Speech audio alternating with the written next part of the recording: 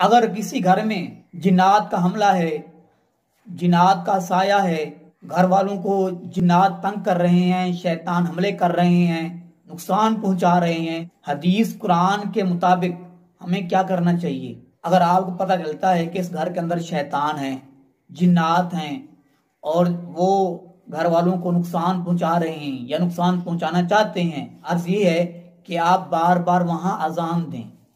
अजान देने से शयातीन जिन्नात भाग जाते हैं।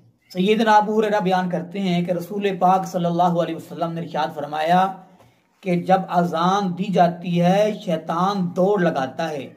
फरमाया इतना तेज दौड़ता है कि उसकी हवा निकल जाती है, और फरमाया इतना दूर चला जाता है कि उसके कान में अजान की आवाज ना जाए। तो फरमाया जब अजान मुकम्मल होती है तो ये फिर आ जाता है, और जब तकबीर शुरू होती है तो फरमाया ये फिर दौड़ता है, फिर बहुत दूर चला जाता है।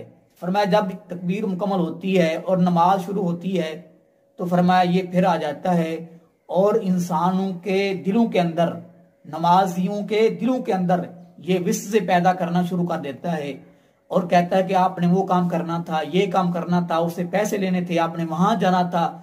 तो वो बातें याद करवाता है जो इंसान को याद नहीं होती। यहां तक इंसान की ये हालत हो जाती है कि उसको पता नहीं चलता कि मैंने कितनी रकात पढ़ ली हैं और कितनी रहती हैं। और ये भी बात याद रखें, जहां अल्लाह का जिक्र किया जाता है वहां से जिन्नात शयातीन भाग जाते हैं।